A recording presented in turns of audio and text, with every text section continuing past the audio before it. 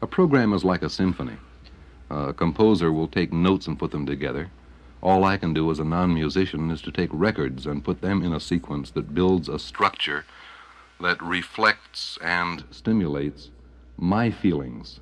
And fortunately, I'm in a position to do it so that other people can share it with me. I've always been asked, how did you learn to play jazz music the way you did?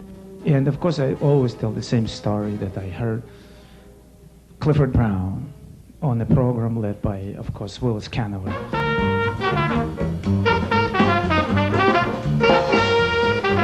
And if not for that program, I would have been like a totally different person and many, many millions of people around the world.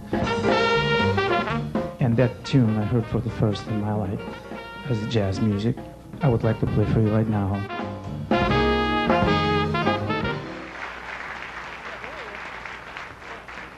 My name is Willis Conover. This voice was amazing. Willis Conover speaking. A very soft baritone. The Voice of America Jazz Hour. And commanding at the same time. Lester Young in Washington, D.C., 1956. Commanding you to listen, which I did. On the night of December... This is how I was introduced to jazz back in Moscow, Russia. Performed. He was very particular about all of the things that were recorded in the studio.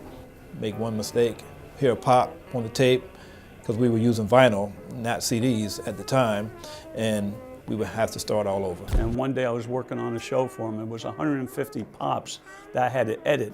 Not electronic editing. Back in the 70s, it was old-fashioned editing with the razor blade and the tape. It took me like 3 hours to do a half-hour show, but came out good. He was happy, and I was happy.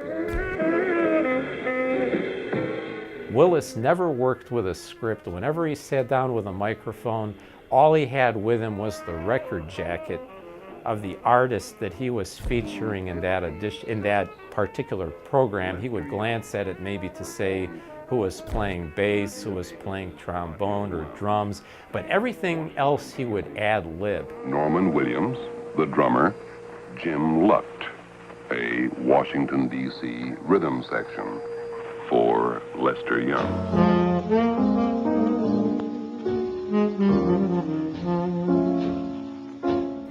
He liked his privacy. Nobody knew where he lived. I had his address because I picked him up every day and drove him home in the afternoon. But the same with the studio that we worked in and did our programs in every day. All the windows were totally blocked off with blackout screens. The doors were always locked.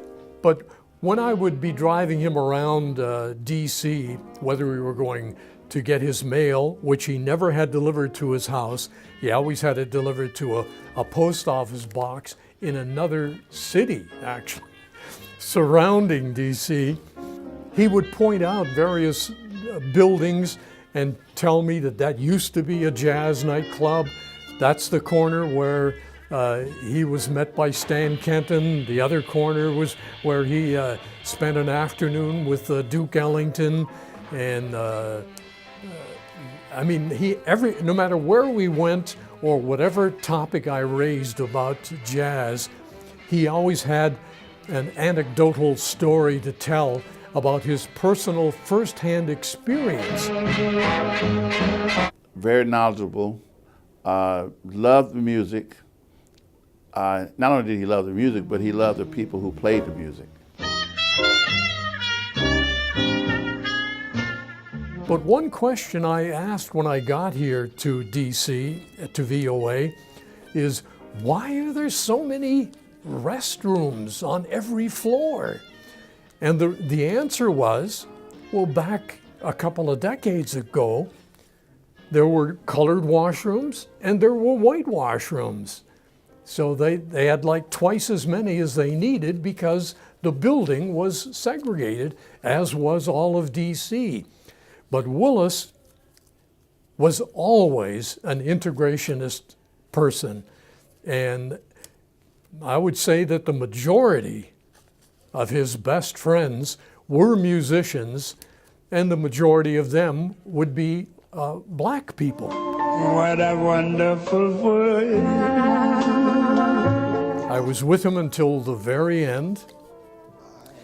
I went to the hospital one day, maybe a week after he'd been admitted. By this time, he was hooked up to tubes in his veins. He had breathing apparatus, and he called me over to the bed. Well, the nurse was walking by as he was whispering in my ear about, look, you got to get me out of here so we can get back and prepare this program. He could barely talk.